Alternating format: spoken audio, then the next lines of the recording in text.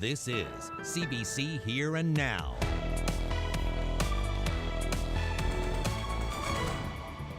Mandatory masks. Newfoundland and Labrador joins the ranks. Starting next week, you'll need a mask to wear to shop in stores and enter public spaces. They are safer in the local Walmart than they are in their English classroom. They don't have to wear them in their class, but yet they're going to have to wear them in the common areas. So the taking off and putting back on of masks when we're taught that we're not really supposed to be handling our masks all that much. The English School District unveils its back-to-school plan for fall, but it's already coming under fire. Ridge of high pressure is moving out and an area of low pressure is moving in. I'll tell you what that means coming up. Good evening and welcome to Here and Now. I'm Jeremy Eaton. Starting next week, it'll be mandatory to wear a mask in any indoor public space in this province. Now that's to help protect against the spread of COVID-19. So that includes inside stores and places of worship. The rule applies to everyone in Newfoundland and Labrador who is over the age of 5. Wrap one loop around one ear, and then you stretch it across and wrap it around the other ear. And you pull it down, make sure it's comfortable on your chin. Once you've done that, you're not supposed to touch your mask anymore. So that's Dr. Janice Fitzgerald teaching some kids how to properly wear their non-medical masks. The rule comes into effect next Monday, August the 24th. Now masks must be worn in all public indoor places as well as on school buses. While public health officials have encouraged people to wear masks in public spaces and practice physical distancing, they're only now becoming mandatory. Now, I should also take this time to mention that there are no new cases of COVID-19 to report today, so that leaves 2 active cases on the Avalon and 1 week without any additional cases.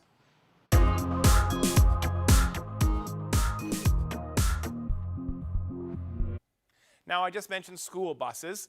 Well, the province's English School District has finally released its back-to-school plan for the fall. Here Now's Heather Gillis is standing by to break it all down for us. Heather? Thank you very much, Jeremy. Well, as people across the province start to wear masks, like this one in indoor public spaces across the province, they're also going to be worn in some cases in schools in the province when they reopen in September, especially for junior high and high school students. And the Newfoundland and Labrador English School District has bought 80,000 cloth reusable masks for students and staff this school year. Here's what we know. Students must wear non-medical masks on school buses, in school common areas, and in washrooms. Junior high and high school students will have to wear them when changing classes, and teachers will have to wear them in hallways and break rooms. Because of the low prevalence of COVID-19 currently in our province, the use of non-medical masks will not be required for children in K-12 while in the classroom. But Chief Medical Officer Dr. Janice Fitzgerald says that could change, and the head of the NLESD says there are exceptions. No child will be forced to wear a mask if it can be documented that they cannot tolerate it. When it comes to busing, only 46 students will be allowed per school bus, or to a seat. That means about 6,200 students will now have to find another way to school. Stack says there aren't enough school buses available, and many already do double runs. So this is a difficult decision. Basically, the 46 eligible riders who live the furthest from their zone school will have priority in available seating. Others, unfortunately, for now, will have to make their own transportation arrangements. Meanwhile, if a student gets sick, there will be a designated health room in each school. The child will have to be picked up immediately. And if a student is COVID-19 positive, there will be contact tracing and testing. So any children who are identified as a close contact of that case will be notified, and then those people will have to self-isolate, and testing will be recommended for those people as well. How that translates exactly into every classroom, obviously that's not something you can broadly make a statement about. Students and staff are expected to maintain physical distancing where possible, though class sizes will remain the same. Non-essential visitors and community programs won't be allowed in schools, but daycares and after-school programs can continue if approved. Outdoor extracurricular activities can go ahead, but nothing indoors. They'll need that time in the evening for cleaning. Stack says everything in the plan is subject to change. This is a living document. It will almost certainly be tweaked in the coming weeks as we near school opening, as we begin the school year. And the Newfoundland and Labrador English School District has also hired 70 to 100 extra staff for cleaning of the schools. And they say if you're sick, stay home. Reporting live from Here and Now, I'm Heather Gillis. Thanks for that, Heather. Now we'll check back in with Heather a little later in the program to get a deeper dive on what students can expect come September. Now, as you can imagine, reaction to today's back-to-school plan has come quickly. Both the province's Teachers Association and NAPE say the plan is flawed. Here Now's Mark Quinn reports. If everything goes according to the plan, classrooms like this won't look very different from last year. Masks won't be required in classes like this, and class sizes won't change. The Teachers Association doesn't like that. It's questioning the consistency of requiring everyone to wear masks indoors in public places after August 24th, but not in classrooms. It's a critically mandatory safety measure in our corner stores, in our bingo halls, in our bars, in our restaurants, in our government buildings. But it's not a critical safety measure within our schools. I have a trouble myself rationalizing that concept. Our children deserve the same level of safety precautions as anywhere else. NAPE represents thousands of people who work in schools, like student assistants and custodians. It doesn't believe schools are investing enough resources to carry out the plan and keep everyone safe. What we're hearing from frontline custodial staff, they don't have the physical resources, especially in many of the larger schools, to implement the protocols and procedures. The Teachers Association says their phones have been ringing off the hook with calls from parents and teachers who don't like the return to school plan. They say government officials, public health officials, and the school district should be getting an earful in the weeks to come. Mark Quinn, CBC News, St. John's. So parents have long waited for the English School District to share its plan for the fall. I spoke with one mother today who says she's already considering homeschooling her 3 school-age children. The plan is too little too late. There was 6 months to come up with a good plan, and we feel that it's not in keeping with the public health measures for all other places of work. I know teachers are being put in a position where they have to go to work, but they feel like their safety is not being considered with regards to other places of work in the community. So it's a very confusing time, and I know I have a friend that has for certain decided to homeschool her children. So I think we'll see more and more of that as time goes on. Now we're going to hear more of that conversation coming up a little later on Here and Now. A 24-year-old woman is dead after an ATV crash near the community of Westport early Sunday morning. The woman from Corner Brook was driving a side-by-side with a 25-year-old passenger. Both riders were taken to hospital. According to police, she died of her injuries while the man was later released. Police say neither were wearing a helmet or seat belts at the time of the crash. The RCMP is still investigating. A 62-year-old man also died Sunday after swerving off the road near Virgin Arm. Police say that the man from Newville hit a rock cliff in a ditch and was pronounced dead at the scene. According to the RCMP, he also wasn't wearing a seatbelt. Police are investigating an assault on Conception Bay South Trail. It happened between Topsail Beach and Topsail Bluff early Saturday evening. A 24-year-old woman was approached from behind and assaulted and injured by a man in his 50s. Police say the woman didn't know her attacker. The man is described as being of average build, approximately 5'8", with gray hair. He was wearing a royal blue shirt and light cargo shorts. Police strongly advise against traveling alone on the walking trail until more is known about the incident. Shocking allegations of child abuse were levied against a Conception Bay South principal this morning in court. Robin McGraw is facing 4 counts of assault and 1 count of uttering threats, all against students with disabilities between kindergarten and grade 6. Reporter Ryan Cook was in court today for the start of that trial. This morning we heard from an instructional resource teacher at Admiral's Academy who says she saw Robin McGraw do horrendous things to a child that she taught. She says she had a child who was refusing to go to music class one day, so she called the principal. Lidstone says that McGrath showed up at her classroom, tipped the student off his chair onto the floor, and then asked if he wanted a cold shower. She says that he then dragged the student into the adjoining bathroom, placed him in the shower, and doused him in cold water to the point where the child threw up on himself. A few days later, she says McGrath told her what happens in her classroom stays in her classroom. That was one of about 4 or 5 incidents of abuse that she says McGrath levied against this one child. This afternoon, she was cross-examined by defense lawyer Tom Johnson, who focused on other issues she may have had with McGrath. He said she told several teachers at the school about a scheduling problem that she was having, but never once mentioned the allegations of abuse. Lidstone says that she didn't mention that because she was scared to talk about it. This trial is just getting underway, but there's already indications that Robin McGrath will testify on his own behalf. There's also indications that about a half a dozen staff members will testify for the defense. Ryan Cook, CBC News, St. John's. The Innu Nation has filed a legal challenge against the Government of Canada over child welfare money. The human rights complaint accuses Ottawa of discriminating in how child protection money is used. The lawyer representing the Innu Nation says Ottawa provides unlimited funding to remove Innu children from their home if social workers say it's necessary, but argues that money for prevention services to help keep kids in their homes and communities is limited. A 2016 ruling found the federal government discriminated against First Nation children by failing to provide the same level of child welfare services that exist elsewhere.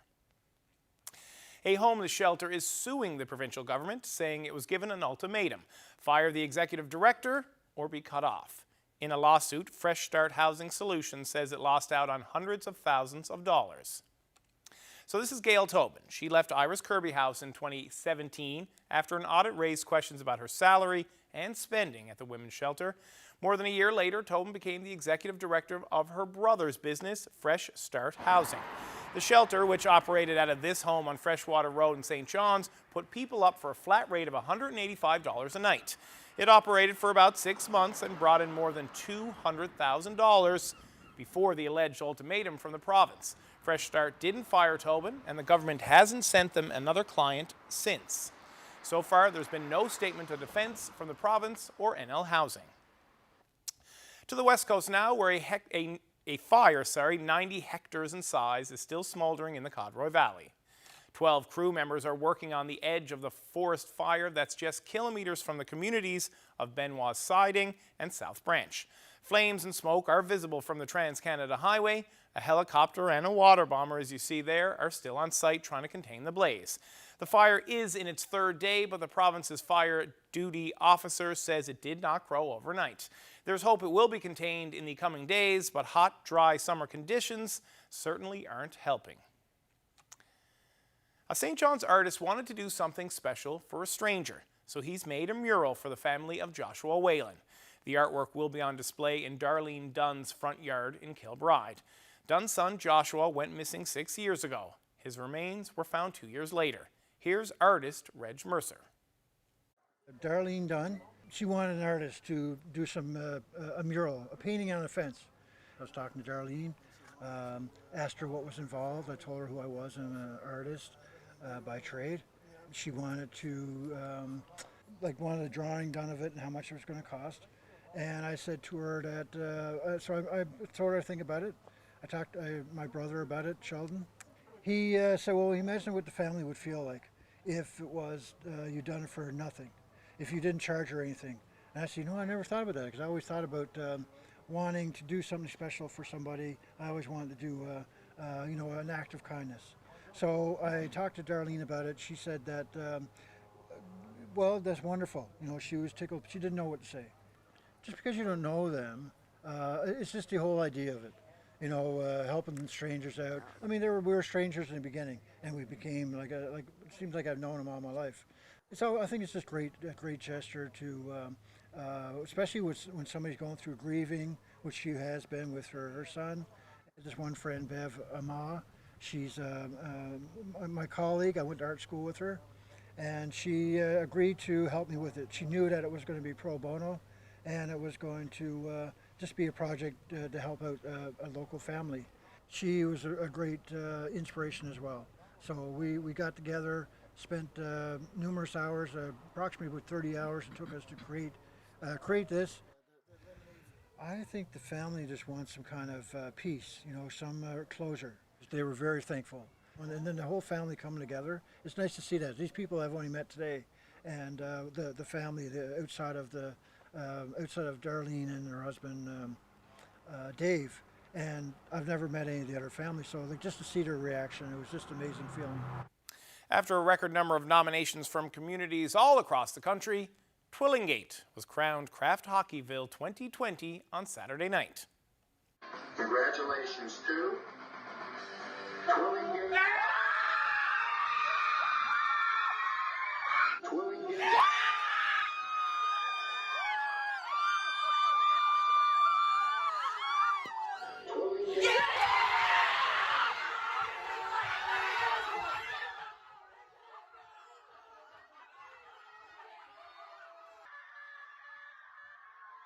Safe to say there are many celebrations in Twillingate on Saturday night when the announcement was made. It means $250,000 for the George Hawkins Memorial Arena. That money will go towards a number of repairs, including fixing the leaking roof, purchasing an ice chiller, and getting a new Zamboni. Twillingate will also have an opportunity to host an NHL game. The mayor says the town is planning to host a community parade to celebrate. Congrats, Twillingate.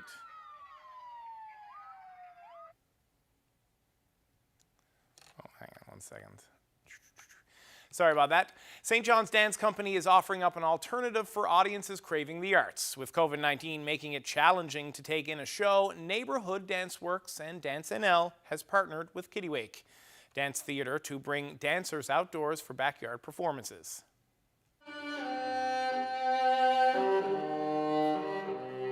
We are always looking for ways to partner with other local dancers, local artists. Kittiwake is a natural fit, as is Dance NL. So we really wanted to find something that would just embrace the spirit of dance, community, gardens, summer, sunshine, joy, peace, love, all those things that we need to embrace right now more than ever. We really felt this project just captured the spirit and our love of dance, but also I think the community's spirit and love of dance as well. And the dancers just look so beautiful. The garden is such a wonderful backdrop for a performance.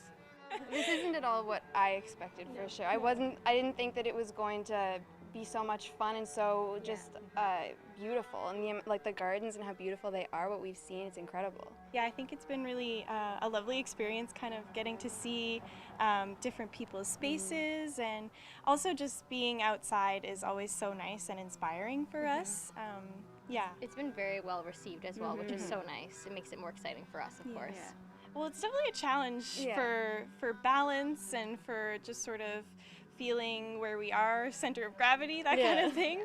But actually I feel like it's making us better. It's challenging us to sort of be more aware and really focus on that while still performing and still engaging with each other as dancers too. We had a lady in Mount Pearl who ordered a dance, didn't tell anybody in her family, and all their family members were more into maybe like quads or going to the cabin or something, and she said, no, boys, you're coming all to my house tonight at 7 o'clock, and they had no idea what was going to happen, and then those girls showed up, and the boys were like, what? And then all of a sudden we started going, and everybody enjoyed it. In difficult times, artists always end up finding ways to finding new things to do. Uncomfortable is good for art. So it's only for yesterday and today, but I think that it's catching on, so we're probably going to be doing this again. Since I found the one on the, the stairs, I'm like itching to try to find if there's more and how I can uncover them and restore the house. A St. John's homeowner is on the hunt for more murals hidden inside her house. One that's already exposed may date back to the 1800s. We'll have more from her after the break. Things are starting to get unsettled weather-wise through this week. We've got some rain on the way, and then even some cooler temperatures will move in for parts of the province. I'll have all those details in your full forecast coming up.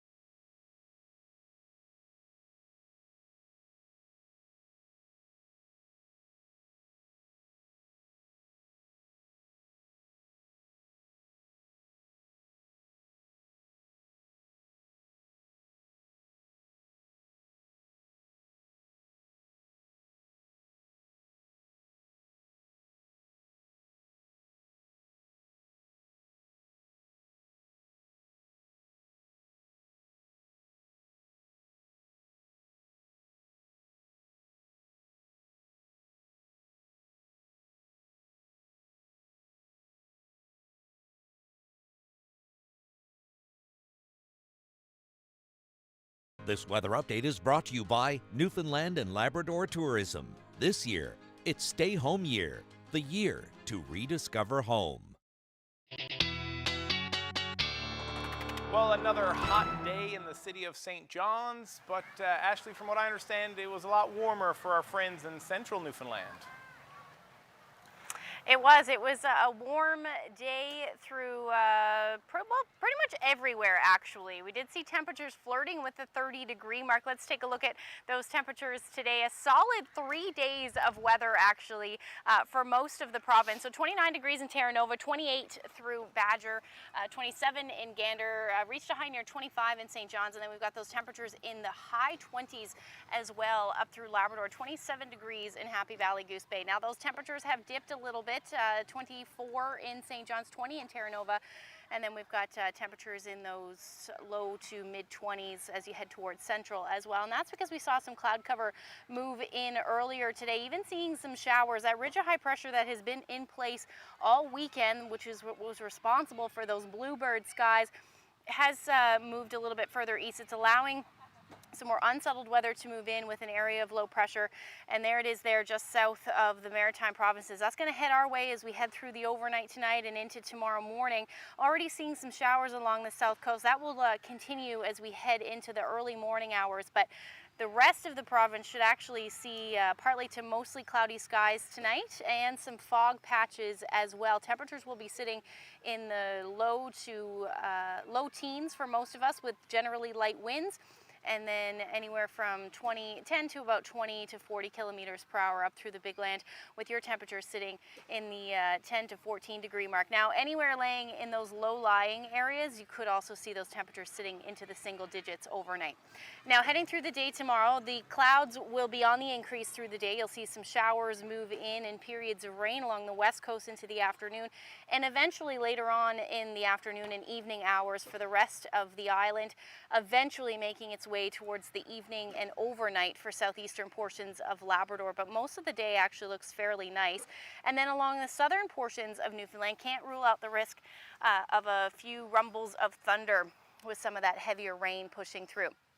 Looks like most of the rain, much needed rain, will be along the west coast and southeastern portion of Labrador. Could see anywhere from 20 to 30, maybe even some pockets of locally 40 millimeters of rain.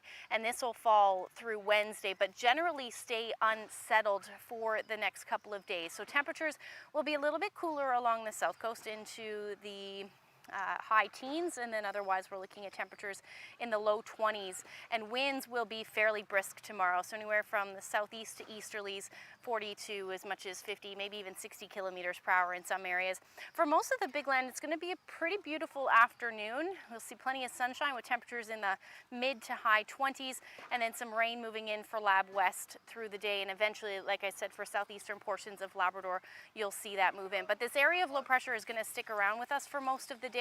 We'll see some showers continuing through Wednesday, and then not ruling out some periods of sun though through the day as well, and then into Thursday as well. As that area of low pressure sticks with us, we'll see some unsettled conditions, but the temperature should stay quite mild, so 20 to as much as 24 degrees, and cooler up through the Big Land, so back down to the teens through the day on Wednesday. Even to Thursdays, that's when you'll see most of that shower activity for the Big Land, as well as your temperatures in the teens. And then for for the Big Land, for the island rather, we're looking at temperatures in the 20-degree range through Thursday, and that will generally continue into the weekend. At this point, we're looking at 18 to 20 degrees, and with some sunshine, and staying unsettled for central and western Newfoundland for the weekend right now. And then eventually up through the Big Land, you'll see those temperatures slightly recover as you head towards eastern Labrador, and then sitting around 13 to 15 degrees for the west. I had to share this beautiful shot. Look at that sunset there at the cabin on Sandy Lake. Tammy sent us that lovely shot. Incredible. Thank you so much for sharing that with us. And if you have any weather photos to share with us, send them to nlphotos@cbc.ca. It's a beautiful photo, Ashley. A lot of pretty. Makes the sunset look nice and pretty, just the way I like it. Yes. Thanks for that, Ashley. We'll check back with you later. Sounds good. Art imitates life, and in Maureen Power's case, home is starting to imitate work. By day, she's a museum curator. By night, she's analyzing the art covering the ceilings and walls of her own house. Here Now's Katie Breen has more. There are murals everywhere, in hallways, porches, but the oldest is likely in the living room, discovered by a previous owner. Well, apparently there was a drop ceiling in there. I was talking to the owner who revealed it, and so what he did was he was changing a light fixture or something, and he just popped the hanging ceiling and flashlight up there and saw this mural. So then he took down the drop ceiling and restored it and put because all the moldings are there and all that. Now it's back on display and beautiful, steadied by some strapping, just in case. So that's the living room one that we know is original to the house. It's got Newfoundland berries, it's got butterflies, it's got a night sky. There's a rope motif, and there's the Newfoundland flag going around. Curious about the history of their ceilings, Power posted on a local history buff Facebook page. That's where she learned it could be the work of Polish inmate Aleksander Pindigowski. People that lived here before have been emailing me or messaging me on Facebook and saying, it was the same artist that did the frescoes at the Basilica and Government House and the convent that did these. This is Pindigowski's work at the Colonial Building. He was found guilty of attempting to forge checks in 1880 and sentenced to 15 months at Her Majesty's Penitentiary, back when the building was new. While serving his time, he was let out of jail to paint ceilings at some of the city's more prominent buildings. And when his jail time was up, he advertised his painting services to homeowners in the newspaper, before eventually moving to Boston. It's possible the original owner of Power's house hired Pindigowski before he left St. John's, but it's not for certain. It's unclear if the house was even standing back then. Well, he left Newfoundland in the 1880s, and I cannot find out if this house was before 1893. Not all of the murals are that old. Power thinks some could have been painted in the early 2000s. Upstairs, there is St. Michael, we believe St. Michael or an angel coming out of the ceiling. And then there's a whole bunch of other paintings and symbols. That one is more modern, I believe, or could have been overpainted. Power is looking to find out more about these artists, too, and more about the murals that may still be hidden, because there are more. And so through your move-in process, you actually uncovered one. There was a bit of paint, just like a little bit of paint off on the walls on the way down the stairs. So I got a plastic scraper and started scraping. I revealed another mural. So until we get settled in, I'm not going to go back to try and uncover any more of it. But yeah, so now I got about that big of a piece of the mural that's going up the stairs uncovered. While the family chisels away at unpacking, Power is planning her own excavation. Not just on the stairs, but in rooms where there could possibly be another hidden Pindigowski. Our friend has one of those cameras for plumbing, and we're going to take down the chandelier and put that up above the drop ceiling that's in the dining room and see what's up there. It's got a light and it talks to your phone so you can see, and then we're going to try to do the same in the other rooms to see what the ceilings are from, because every room has a different ceiling height. So you're thinking there might be some more murals? Yeah, we're hoping to uncover a lot more, and if we can, where I work at the rooms, and I know a lot of conservators, I'm hoping that I can get some advice from some of them about how I can take off the paint. It's a mural mystery, and that's not lost on Power. It's just so beautiful to be around. You really feel like you're a part of the history of St. John's when you think about a house like this. Even though I work in history every day, and I work with the collection from the rooms every day, I still kind of feel like this is part of it, part of what I like to do, what I think about, what I contemplate. Her hope is to preserve whatever she finds, to figure out the origins and restore the home's history, as her family adds its own chapter to the story. Katie Breen, CBC News, St. John's.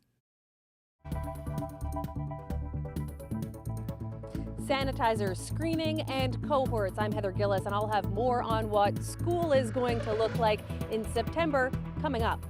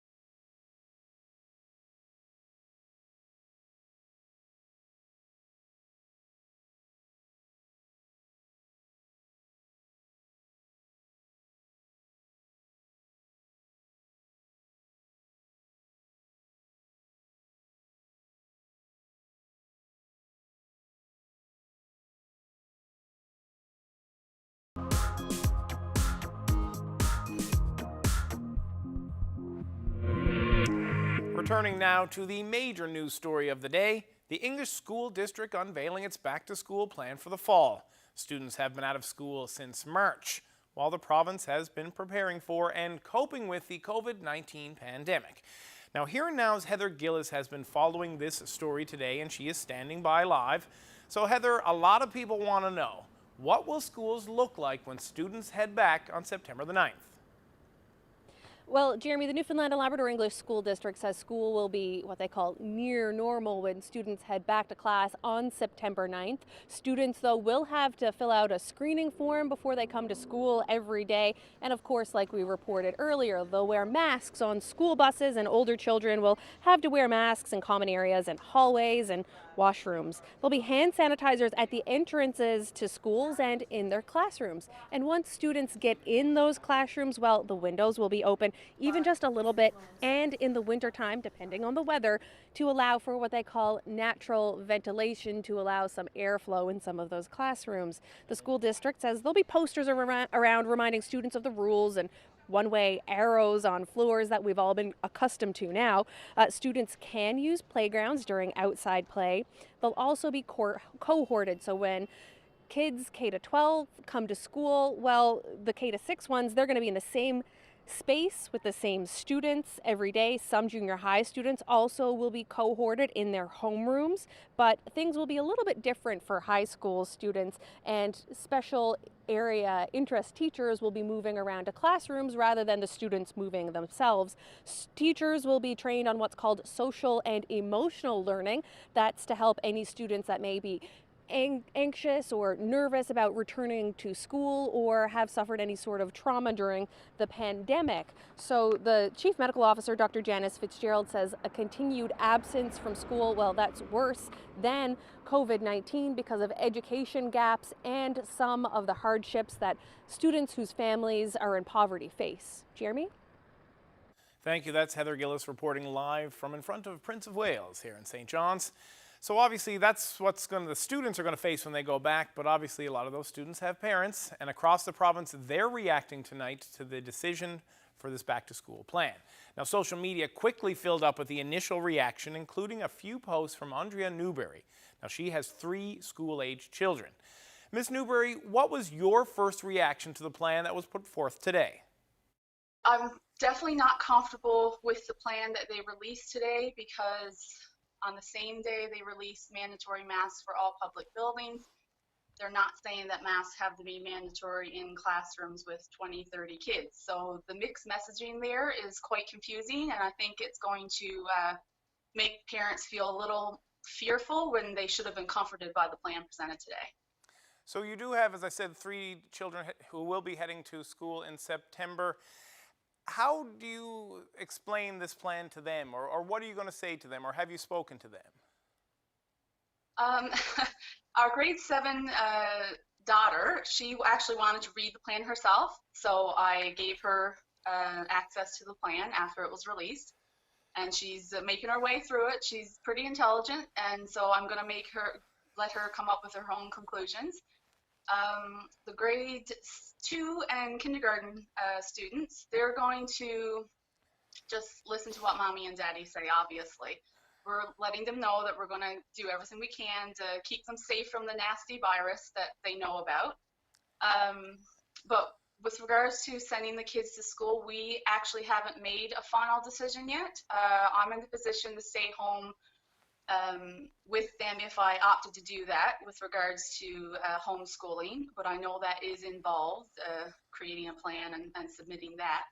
So that's a conversation that myself and my husband will have over the next few days. So another issue that has come up is that a number of students won't be allowed to take the bus. Do any of your children rely on the school bus for transportation to school? Yes, our 2 youngest ones, they don't. We live within the 1.6 kilometers, I think it is, with their primary elementary school. But our child going to grade 7, she does have to take the bus if we opted for her to take the bus. But with the plan that was released today, obviously she might not be one of the lucky ones selected to get the bus. So that's another issue that we're facing as parents today. I think they said over 6,000 students are now not going to be able to get the bus. So I'm not sure how that's going to play out for parents who don't have means of transportation. Luckily, myself and my husband, we all live within close proximity to the elementary school and his place of work. So, but we're still going to have to kind of tag team in the mornings with getting our grade 7 student to her school and then the other kids to their school.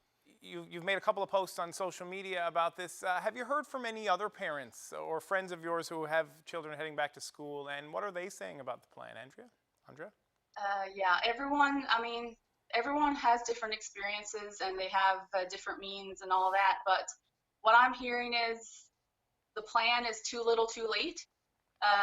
There was 6 months to come up with a good plan, and we feel that it's not in keeping with the public health measures for all other places of work. I know teachers are being put in a position where they have to go to work, but they feel like their safety is not being considered with regards to other places of work in the community. So it's a very confusing time, and I know I have a friend that has for certain decided to homeschool her children. So I think we'll see more and more of that as time goes on.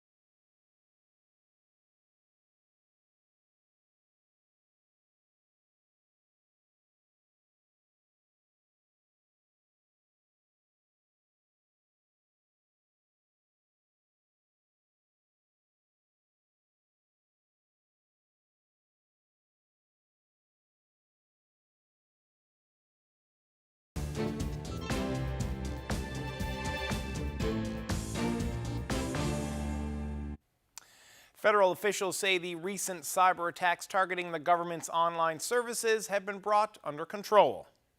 I can't get into the specifics because I don't want to divulge the security configuration of our systems, but there was a vulnerability that was exploited. It was discovered and it was patched, and it no longer is a vulnerability on our systems. So the Canadian Revenue Agency temporarily shut down online access over the weekend after 3 separate cybersecurity incidents. Officials say hackers used stolen usernames and passwords to fraudulently gain access to the personal information of thousands of Canadians. The RCMP is investigating the incident, but CRA expects its online service to be fully restored by Wednesday. Meanwhile, Canadians are urged to use unique, hard-to-guess passwords and monitor their CRA accounts for suspicious activities. So Governor General Julie Payette's disdain for the Mounties is driving up costs. Now that's according to police sources. She's also under fire for spending more than $250,000 on renovations projects for her privacy at Rideau Hall. Yet, 3 years into her mandate, she still hasn't moved in. Ashley Burke has the latest. The Governor General is a symbol of Canada, and that makes her a potential target. She's mandated to have RCMP with her at all times, but sources say Julie Payette has made that difficult. An RCMP source said that she's tried to evade the Mounties in both Canada and abroad, and has slipped out of her hotel room during international trips at dawn to work out alone. That's caused RCMP to pay for an extra member to come on trips and guard her door. One source estimates that's an extra $4,000 to $15,000 per trip. This former RCMP commissioner used to oversee protective details for governors general in the past. If the Governor General and the RCMP are playing this cat and mouse game, it stands to reason that the RCMP will increase the level of staffing around the Governor General just to ensure that she's covered 24/7 because they want to avoid any embarrassing situation to her, to the RCMP, and also to the general public if a situation would arise where innocent members of the public might be also in jeopardy. Sources say Payette also regularly keeps the RCMP in the dark about her plans. Last-minute requests have caused police to rack up overtime, extra hotel rooms, and plane tickets triple the cost. Another former RCMP superintendent says that creates additional problems. These last-minute things create all kinds of causing the RCMP to operate in a state of flux. They have to react rather than be planned, which also creates a heightened level of, I would think, security issues. Rideau Hall says Payette has tremendous respect for the RCMP, and costs are always at the heart of the decisions the office makes. Noting it's been a busy 2 years, Rideau Hall claims there has been no additional financial impact. Ashley Burke, CBC News, Ottawa. Conservatives are electing a new federal leader this week. One of the candidates is Peter MacKay, who has been around politics his entire life. The host of Power in Politics, Vashi Capellos, prepared this profile of the candidate. MacKay always predicted he'd never stray far from politics. One thing I did learn from Jean Charest is you never say never. You never close doors. That was all the way back in 2001, before he ran for the leadership of the then Progressive Conservative Party of Canada. What a night. He won that race in 2003, but it was a brief leadership.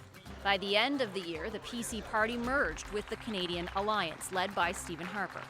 Though some of MacKay's colleagues claimed he betrayed them, MacKay insisted that wasn't the case.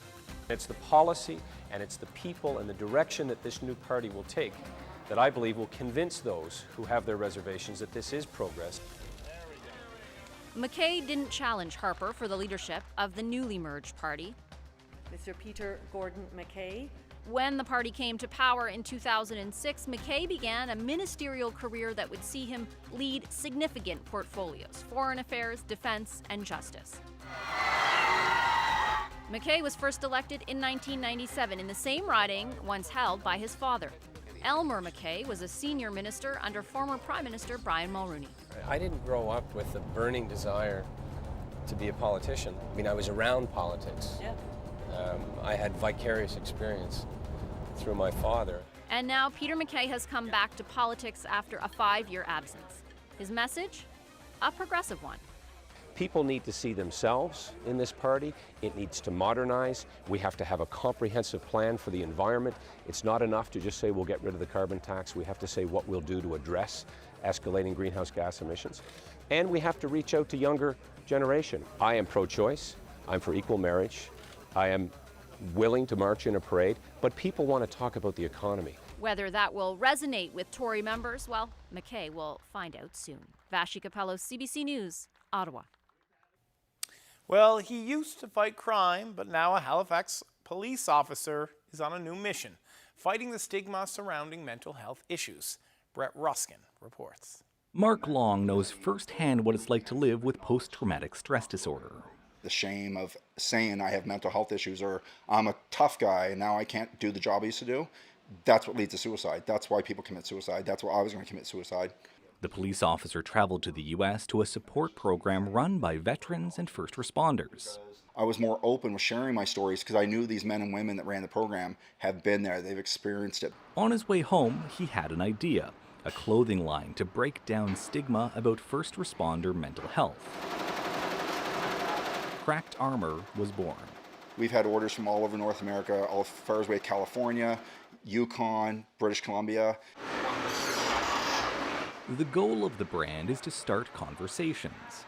People sending me messages saying that by the fact they wore the shirt, they told somebody for the first time they have PTSD. And it's not just for police officers. Firefighters, nurses, dispatchers, and correctional officers, like Scott McLeod, each have their own color. He's giving everybody their own identity, but at the same time, with the same logo, it puts us all as one group at the same time. McLeod works at the medium security prison in Spring Hill, Nova Scotia, a high-stress job made a bit easier because his brother Sean also worked at the prison. Then in April, when we had the mass shooting in Nova Scotia, my brother was one of the victims. He's since reached out to get help and has been diagnosed with PTSD. When it does catch up to you, it's not, you need someone to talk to. Offering someone to talk to is Mark Long's next mission. With the clothing proceeds, he wants to start a program in Nova Scotia like the one that helped him. The money that's coming from this clothing line is going to be the same money that's able to help these people that are buying the shirts and buying the hats. He says PTSD took his job as a police officer, took his purpose, and nearly took his life. Because my purpose in life was to help other people. Now he has a new purpose. I'm going to save my own life by saving other people's lives. That's what I'm going to do. Brett Ruskin, CBC News, Halifax.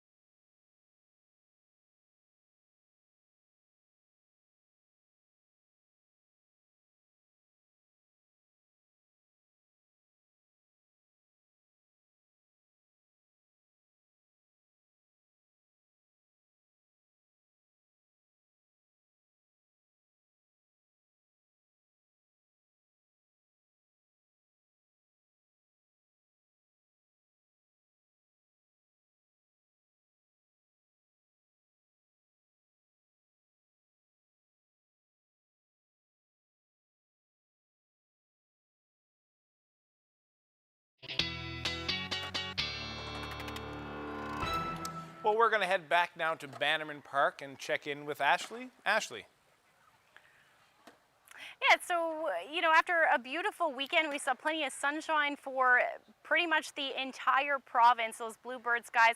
We are in need of some rain, and that is on the way as we head through the day tomorrow. Most of the rain will fall for areas along the west coast and southeastern portions of Labrador, where we could see 20 to as much as 40 millimeters of rain.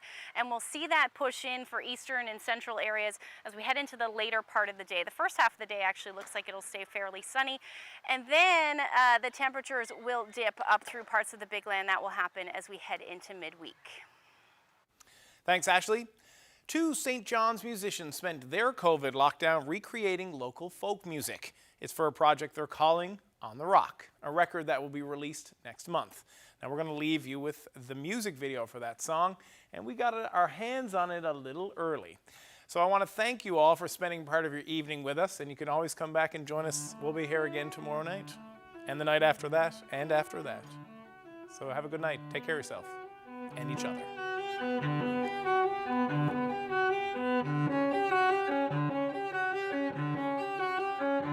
Oh, the harbor lights are gleaming, and the evening is still and dark, and the seagulls are all dreaming, seagull dreams, Amherst Rock, and the mist is slowly drifting as the storefront lights grow dim, and the moon is gently lifting as the last ship is coming in, and all the sailors got a story, some are true and some are false, but they're always erect, and they're up on the deck, and they're dancing the St. John's waltz.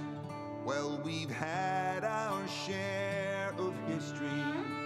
We've seen nations come and go, seen battles raged over land and stage for 100 years or more, for glory or for freedom, for country or for king, for money or fame.